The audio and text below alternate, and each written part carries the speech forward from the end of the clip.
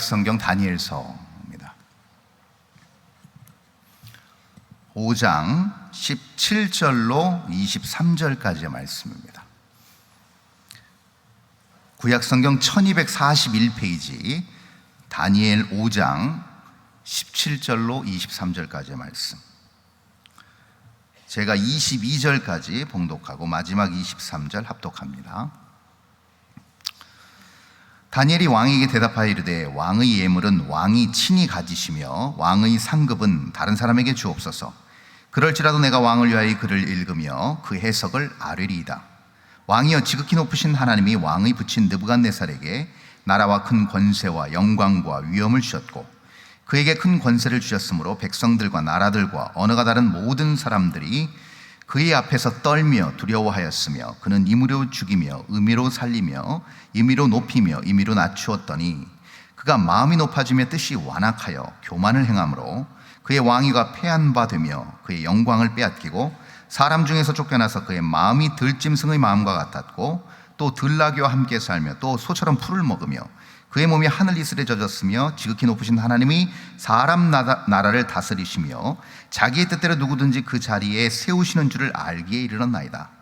벨사살이여, 왕은 그의 아들이 되어서 이것을 다 알고도 아직도 마음을 낮추지 아니하고, 다 함께 합니다.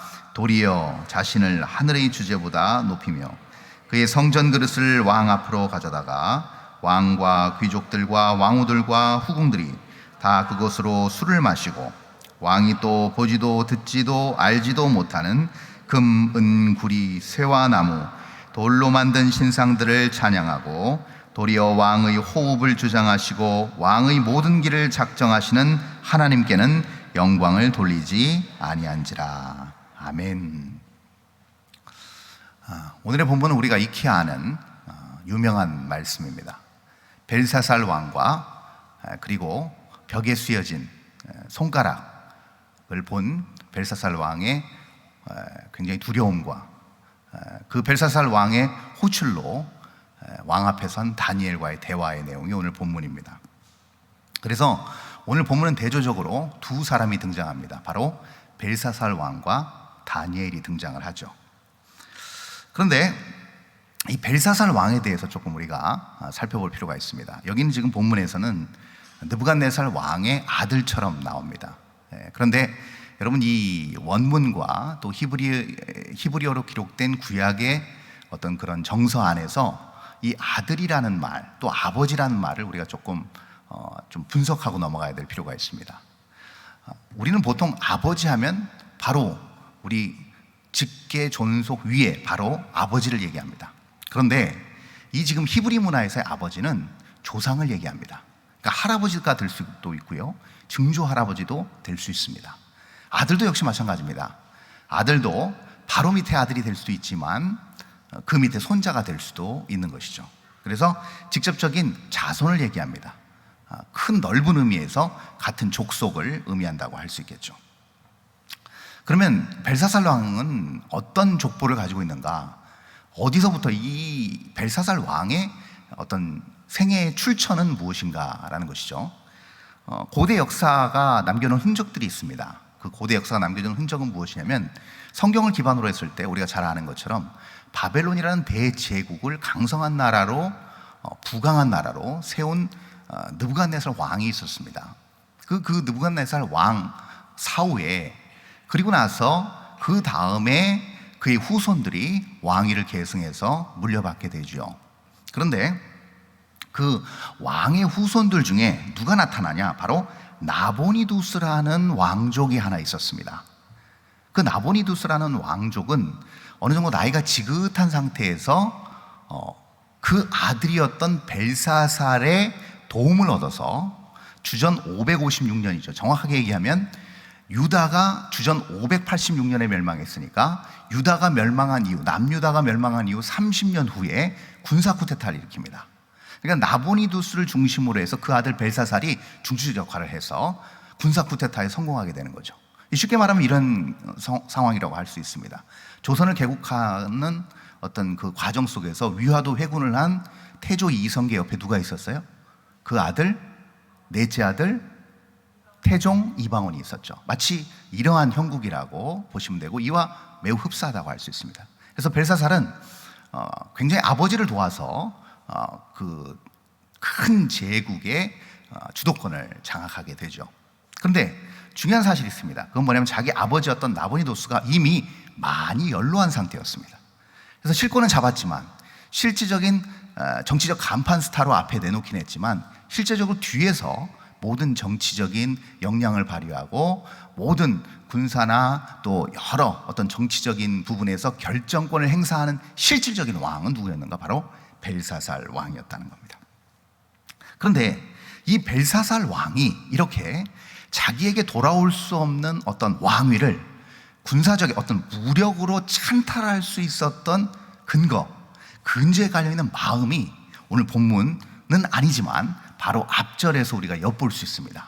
이 벨사살 왕이 추구하는 어떤 인생관, 그리고 그가 만들어낸 삶의 결과물이자 그가 원했던 어떤 성공 신화 같은 어떤 그런 삶의 철학들을 우리가 잠시 이 본문 앞절에서 살펴볼 수가 있습니다. 자, 그가 보이지 않는 어디서부터 나타났는지 모르는 그 손가락의 글씨를 보고 신하들과 모든 나라 백성들을 다 호출해서 다니엘을 앞에 세워놓고 했던 말입니다. 그것이 바로 16절에 나타나 있죠. 본문 앞절입니다. 한번 띄워주시겠어요? 이렇게 나타나 있습니다. 제가 읽습니다. 내가 내게 대하여 들은즉 너는 해석을 잘하고 의문을 푼다 하도다. 그런즉 이제 네가 이 글을 읽고 그 해석을 내게 알려주면 내게 자주색 옷을 입히고 금사슬을 내 목에 걸어주어 너를 나라의 셋째 통치자로 삼으리라 하니. 중요한 표현이 나오죠. 너를 나라의 셋째 통치자로 삼으리라 라는 표현을 합니다. 자주색 옷과 금사슬을 목에 건다는 것은 무슨 표현일까요? 여러분, 그냥 좋은 옷감에 양질의 옷을 준다는 얘기가 아닙니다. 고대 시대의 옷은 무엇을 상징하는 거예요? 신분을 상징합니다. 자주색 옷을 입힌다는 건 결국 무슨 말이냐면 신분의 파격적인 상승을 의미한다는 겁니다. 그래서 낙하산격으로 굉장히 높은 고위 대작에 앉히겠다는 겁니다. 다니엘을. 만약에 이 글을 읽고 해석한다고 한다면. 그리고 더 중요한 말을 합니다. 그 끝이 어딘가, 그 자리가 어디까지 올라갈 수 있는가? 바로 왕의 다음 자리라는 겁니다. 셋째 자리라는 거죠. 자, 제가 앞에서 설명드렸듯이 왜 셋째 자리가는 이해가 되실 거예요. 첫 번째 자리 누구예요? 그러면 벨사살의 왕 아버지, 그렇죠? 누구예요? 나보니두스죠. 두 번째가 누구예요? 벨사살 왕이고, 세 번째가 이 글을 해석해서 읽으면 다니엘 네가 앉게 된다는 겁니다. 이제 이해가 되시죠? 그럼 여기서 그러면 벨사살 왕의 인생 철학과 이것이 무슨 연관이 있는가라는 것이죠. 이것을 통해서 우리가 알 수 있는 게 무엇이냐면 벨사살이 그의 인생 가운데서 가장 소중하게 여기고 그가 가장 가치 있게 추구했던 인생은 어떤 인생인가? 바로 끝없이 올라가는 인생이라는 겁니다. 쉼 없이 그는 올라가고 성공하고 남을 짓밟고라도 자기의 기반을 온전히 견고하게 세우는 일에 모든 일을 다 쏟아부었음을 알 수가 있습니다. 그래서 자기의 영역을 지키기 위해서 굉장히 지금 두렵고 떨리는 상황 가운데서 나서부터 처음 경험하는 이런 놀라운 일, 동시에 두려운 일을 해석할 정도의 지혜와 총명이 있다고 한다면 충분히 이 사람은 이 넓은 제국을 통치하고 내 오른팔의 역할을 할 수 있다라고 벨사살은 판단한 겁니다. 굉장히 뛰어난 순발력과 판단력을 가지고 있는 왕이라고 할 수 있습니다. 그러므로 다시 말해서 이 벨사살 왕이 추구하는 것은 바로 최고입니다. 언제나 최고의 자리. 그리고 어떤 자질이나 어떠한 역량이 있다고 한다면 그 사람은 최고로 대우를 해줘야 된다는 생각이 깊이 자리 잡고 있었다는 것이죠. 근데 여러분, 이것이 비단 그 수천 년 전에 옛날에 바벨론 제국에서만 있었던 일이었겠습니까? 그렇지 않습니다. 굉장히 사회가 다변화되고 문화가 고도로 발달하면서 더욱더 심화되는 경향과 상황이 어떤 상황인가? 바로 이 부분이라는, 누구나 다 최고를 지향한다는 겁니다. 최고가 되기 위해서 몸부림친다라는 것이죠. 그래서 세상 사람들이 겪는 많은 문제 중에 크나큰 어려움이 발생하고 예기치 않았던 고난과 아픔과 역경이 발생하는 어떤 기본적인 출발이 어디서 시작하는가? 바로 서로가 최고가 되겠다는 마음 때문에 그런 거 아니겠습니까? 여러분, 그래서 이 다니엘이 있었던 이 바벨론 시대도 마찬가지지만 오늘 우리가 살고 있는 이 시대 역시도 결국은 이 최고를 지향점으로 해서 달려가는 수많은, 마치 경마장의 경마처럼 쉴 새 없이 달려가는 많은 사람들을 우리는 보고 있습니다. 모든 영역에서 이거는 피할 수 없는 우리가 맞닥뜨린 현실이라고 할 수 있는 것이죠. 그러면 최고가 뭔 죄가 있는가? 최고를 지향하고 최고를 위해서 달려가고 노력하는 것이 그러면 나쁜 것인가? 아니요, 저는 나쁘다고는 얘기 안 했습니다. 어떤 부분에서 이것이 조금 문제가 될 수 있는가를 저는 지적하고 싶은 거예요. 그리고 이것이 무엇을 위해서 우리가 더 이것을 발전적으로 승화시켜 나가야 되는지를 우리가 좀 살펴볼 필요가 있는 것이죠. 많은 사람들이 최고를 향해서 달려가는 데 있어서 무엇이 문제인가 하면요, 바로 모든 것을 다 상대화시켜 버린다는 데 문제가 있습니다. 여러분, 이거는 우리에게 있어서 굉장히 우리도 모르는 잠재된, 내재된 어떤 세계관 속에 숨겨져 있습니다. 다 상대화시켜 버리는 거죠. 여러분 보세요. 이 상대화시켜 버리다 보니까 사회의 양극화가 더 심화됩니다. 그 얘기는 무슨 얘기냐면 이겁니다. 사람들을 딱 두 갈래로 양극화시켜 버립니다. 잘생긴 사람, 못생긴 사람. 그렇죠? TV에 나오는 사람들, 너무나 잘생긴 사람들 많습니다. 상대적으로 그렇지 않은 사람들은 못생긴 사람이 됩니다. 그리고 공부 잘하는 사람, 공부 못하는 사람 양극화시킵니다. 보통은 있을 수 없습니다. 최고가 돼야 됩니다. 명문대에 가야 됩니다. 그렇지 않으면 다 뭡니까? 공부 못하는 사람, 낙오자들, 그렇게 취급한다는 겁니다. 또 하나 있습니다. 부자가 있고 가난한 사람이 있습니다. 양극화입니다. 부자는 돈 많은 사람, 그러나 상대적으로 그 부자에 못 미치는, 그 어떤 재력에 못 미치는 사람 다 가난한 사람으로 취급한다는 것이죠. 건강도 마찬가지입니다. 건강한 사람, 조금이라도 몸이 불편한 사람은 건강하지 못한 병든 사람으로 치부해버린다는 것이죠. 이것이 바로 양극화라고 할 수 있습니다. 이렇게 되니까 여러 문제가 발생합니다. 어떤 문제가 발생할까요? 최고에 들지 못하면 낙오되고 실패자로 간주합니다.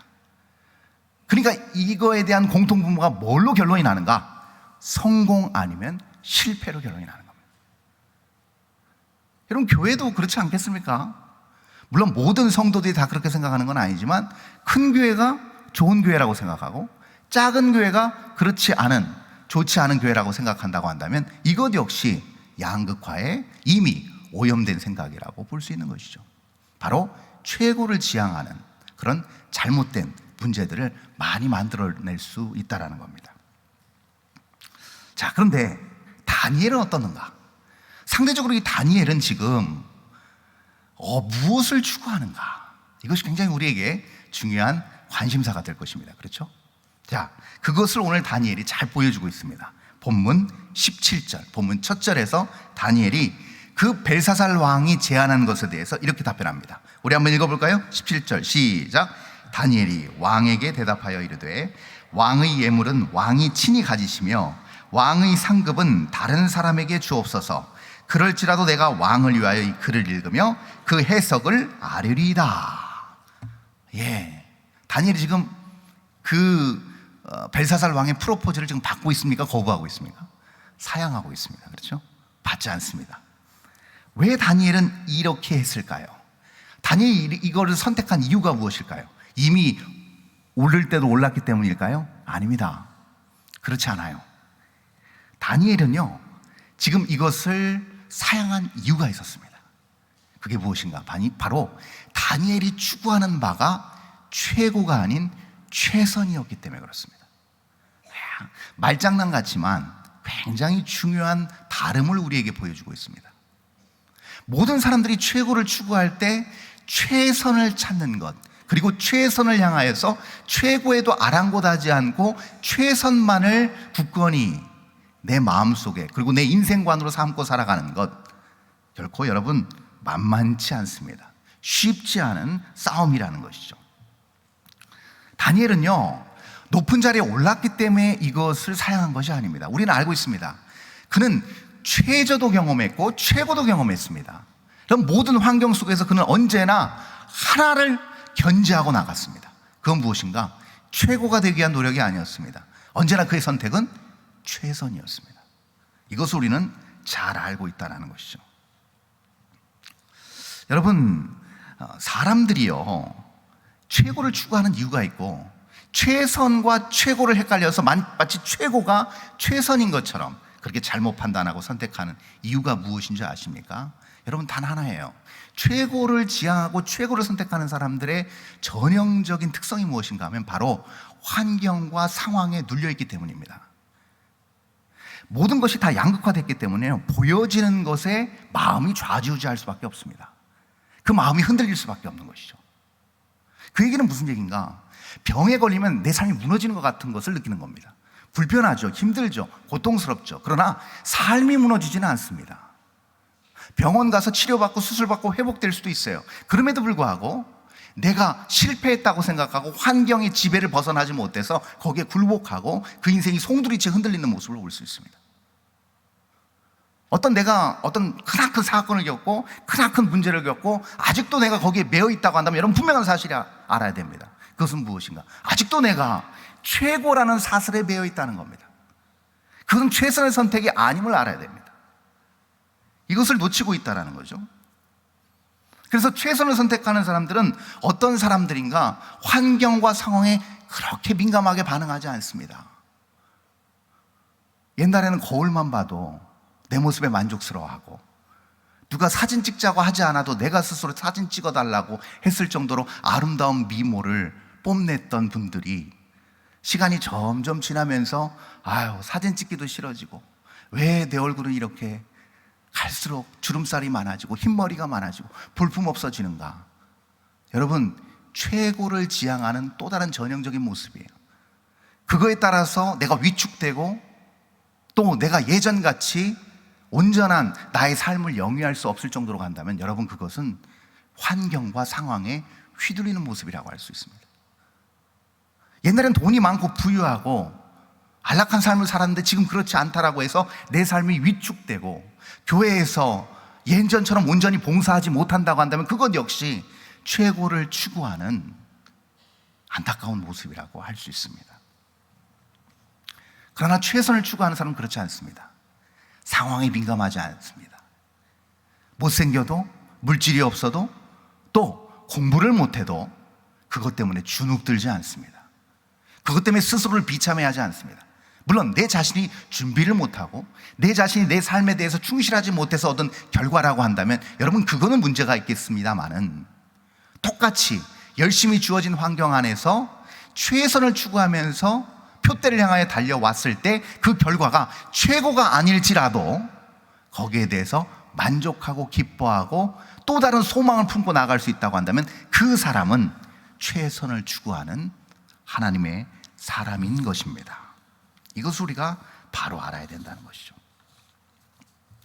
자, 그렇다면 다니엘이 그 수많은 인생의 역경과 어떤 고난과 살기등등한 위협 속에서도 언제나 그의 생각이 한결같이 하나님을 향하여서 그 믿음을 가지고 끝까지 최선으로 견지할 수 있었던 이유는 무엇인가? 그것이 바로 본문 18절에 나타나 있습니다. 그 다음 절 18절 한번 보겠습니다. 이렇게 나타나 있습니다. 그 다음 이어서 다니엘이 말합니다. 왕이여, 지극히 높으신 하나님이 왕의 붙인 느부갓네살에게 나라와 큰 권세와 영광과 위엄을 주셨고, 이렇게 표현합니다. 여러분, 저 지금 노란색으로 표시된 지극히 높으신 하나님, 여러분 혹시 성경을 가지고 계시면 이 부분을 동그라미 치시기 바랍니다. 왜 이 부분을 동그라미 쳐야 되냐면요, 지극히 높으신 이 하나님이 다니엘 1장에서 12장까지의 전체 핵심 주제입니다. 뭐라고요? 다시요. 지극히 높으신 하나님이라는 이 문장 하나가 다니엘 전체의 핵심 문구이기 때문에 그렇습니다. 이거 너무나도 우리는 쉽게 이해되고 또 우리가 기도 가운데서도 많이 쓰는 표현입니다. 지극히 높으신 하나님 하고 기도 시작하기도 하고요. 근데 이것이 다니엘서 전체의 핵심 주제에 왜 이게 핵심 주제가 될 것인가? 여러분, 이겁니다. 여러분, 지극히 높으신이라는 뜻은요, 말쿠라는 원어로 쓰여졌습니다. 말쿠. 이 말쿠라는 뜻은 원래 무슨 뜻인가 하면요, 바로 다스림입니다. 다스림. 자, 그러면 지극히 높으신 하나님이라는 뜻은 무슨 뜻이에요? 결국 하나님께서 벨사살 당신을 다스리시고 당신이 다스리는 모든 바벨론 제국을 포함한 지구촌과 우주 만물을 다스리시는 지극히 존귀하시고 높으신 하나님이라는 표현입니다. 이것이 바로 말쿠, 다시 말해서 지극히 높으신 하나님이라는 표현 속에 녹아있는 내용입니다. 사람들은 생각합니다. 최고에 올라가면, 최고의 경지에 이르면 힘과 영향력이 생긴다고 생각합니다. 그래서 뭐든지 다 할 수 있다라고 생각을 합니다. 그래서 사람들이 최고를 지향하고 최고의 자리에 오르기 위해서 애를 쓰는 것이죠. 그러나 여러분, 이것은 착각입니다. 여러분, 최고를 지향하는 사람들의 전형적인 특징이 있습니다. 그게 무엇인가 하면 바로 그 다음 절인 20절에 나타나 있습니다. 우리 본문 20절을 한번 볼까요? 이렇게 나타나 있죠. 20절 띄워주세요. 다 함께 읽습니다. 시작. 그가 마음이 높아지며 뜻이 완악하여 교만을 행함으로.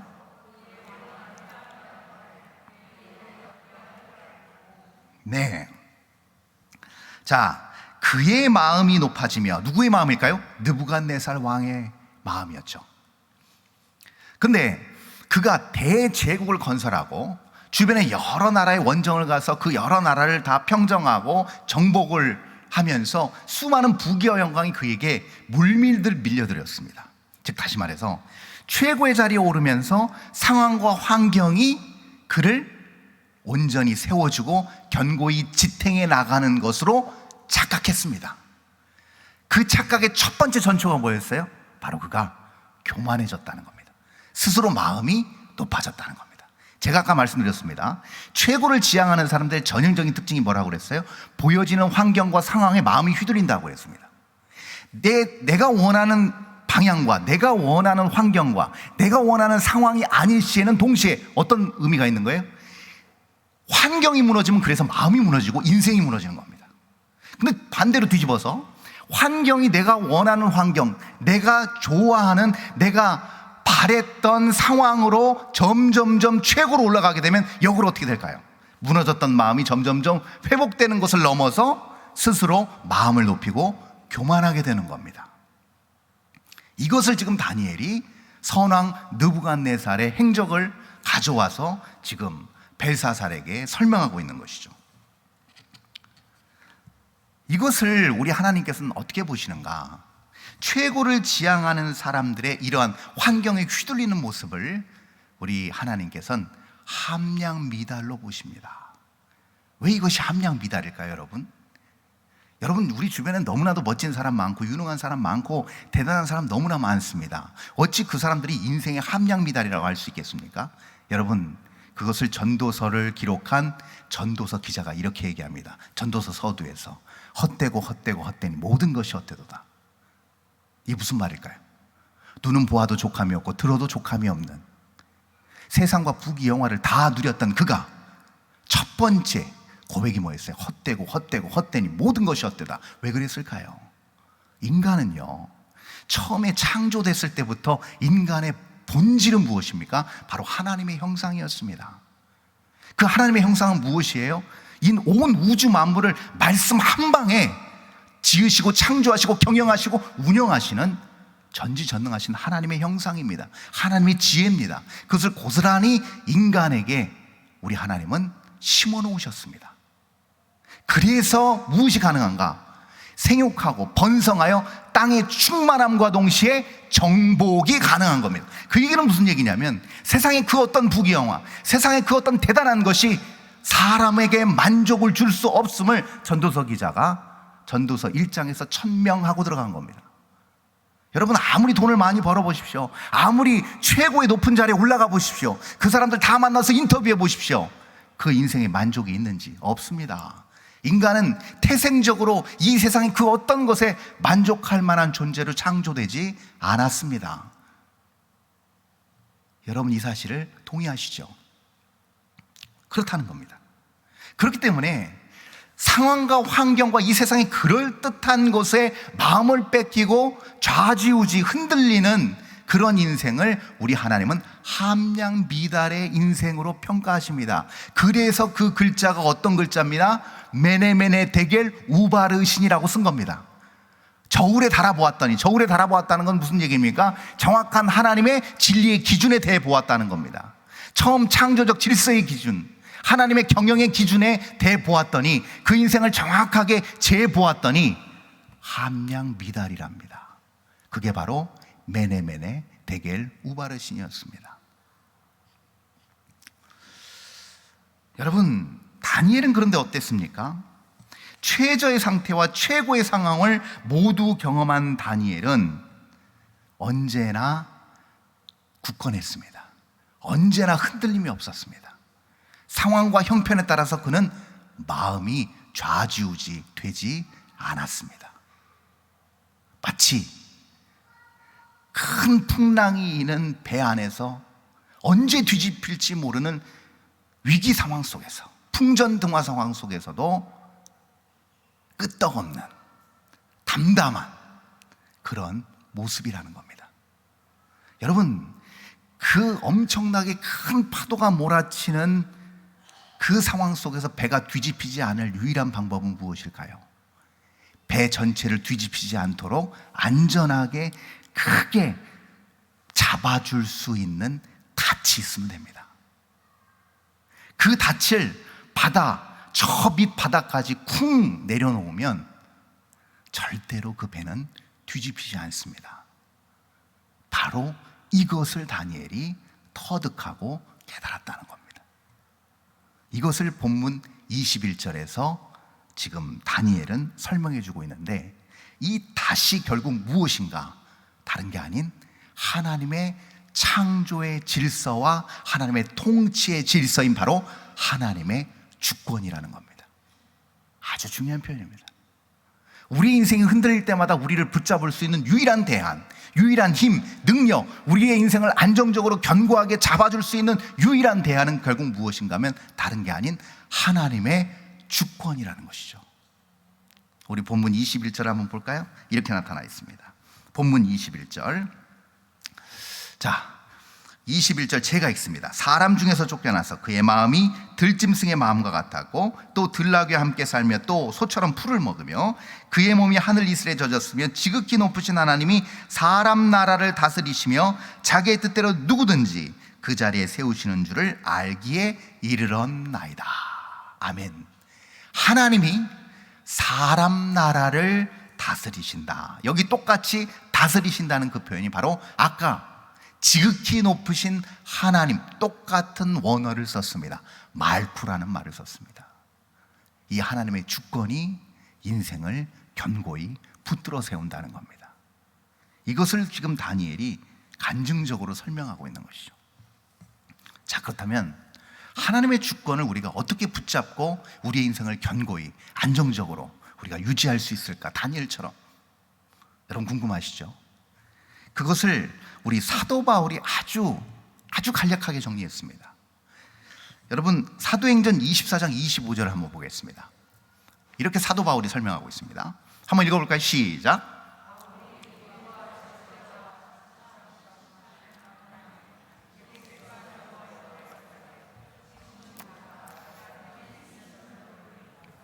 예, 바울이 의와 절제와 장차오는 심판을 강론했다.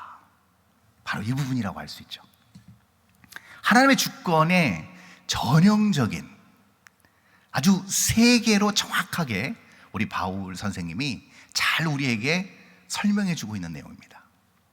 하나님의 주권을 온전히 완성하고 이룰 수 있는 방법은 바로 의와 절제와 심판이라는 겁니다. 자, 그런데 이 의와 절제와 심판을 우리가 모르지 않습니다. 뭐 생소하게 들릴 수도 있지만 아니에요. 우리 다 알고 있습니다. 우리가 구원받고 말씀을 보고 또 우리가 영적으로 깨달은 바가 있다면 의와 절제와 심판이 뭔지 대번 아실 겁니다. 근데 문제는 뭐냐면 이 의와 절제와 심판이 하나님의 주권과 우리의 삶을 안정적으로 유지하는 중요한 역할, 아주 중추적 역할을 한다고 한다면 여러분 왜 우리의 삶이 아직도 흔들리고 있을까요? 왜 우리의 상황과 형편과 어떤 조건 때문에 우리의 삶이 송두리째 흔들리는 일들이 비일비재할까요?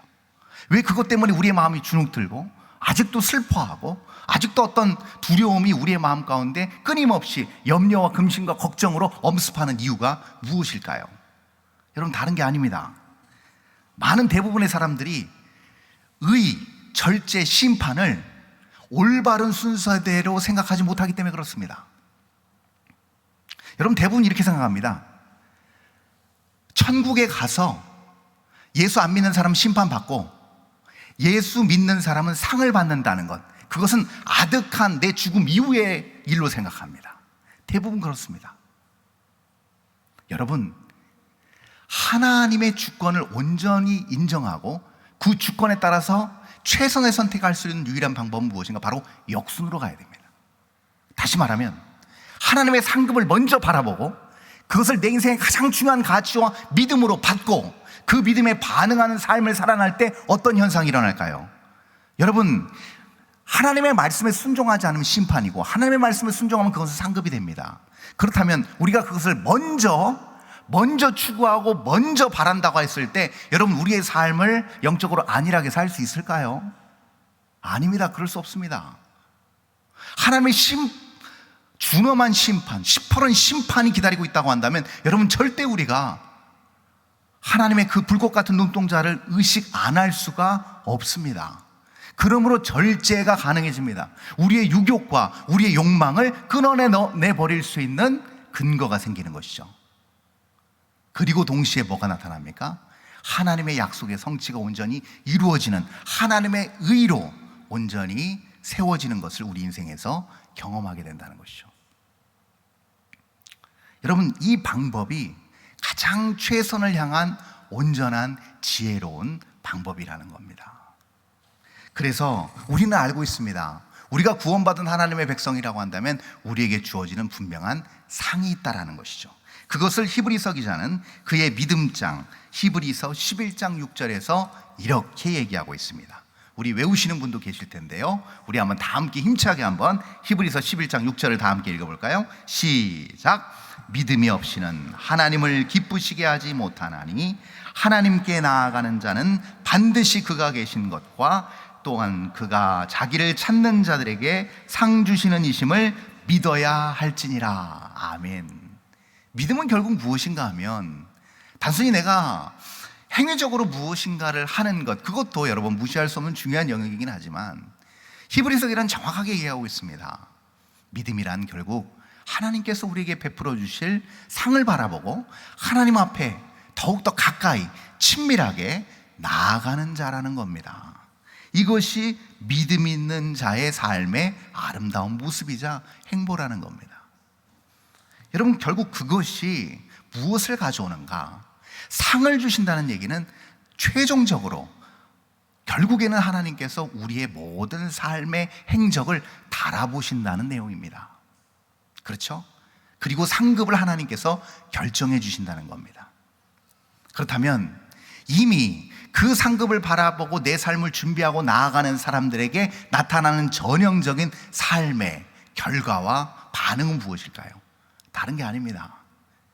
변치 않는 굳건한 믿음을 바라보고 가는 하나님의 사람들, 표대를 바라보고 그 상급을 바라보고 가는 하나님의 사람들의 전형적인 특성은 무엇인가 하면 바로 충만함입니다.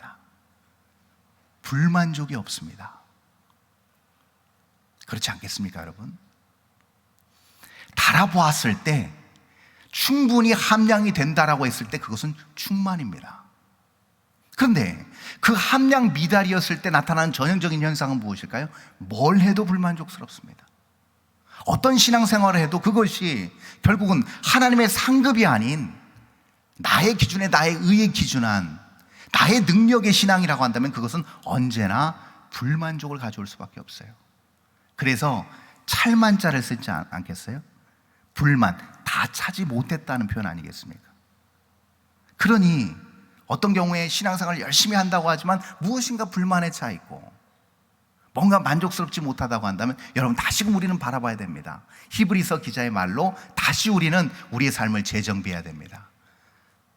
하나님께서 상 주시는 이심을 믿어야 할지니라. 여러분, 이 진리의 말씀, 이 변함없는 하나님의 약속을 믿으시는 여러분 될 수 있기를 바랍니다. 그 삶이 우리의 삶 곳곳에서 아름답게 세워지고 견고해질 수 있기를 바랍니다. 여러분, 왜냐하면 최선을 추구하고 최선을 지향하며 나아가는 모든 거룩하고 지혜로운 하나님의 사람들은 최선의 선택으로 하나님 앞에 영광을 돌리고, 그 최선의 선택은 영원한 하늘의 상급이 보장되기 때문입니다. 이 말씀을 믿고 오늘도 승리하며 나아가시는 최선의 선택으로 아름다운 삶을 살아낼 수 있는 저와 여러분이 될 수 있기를 바랍니다. 기도하겠습니다.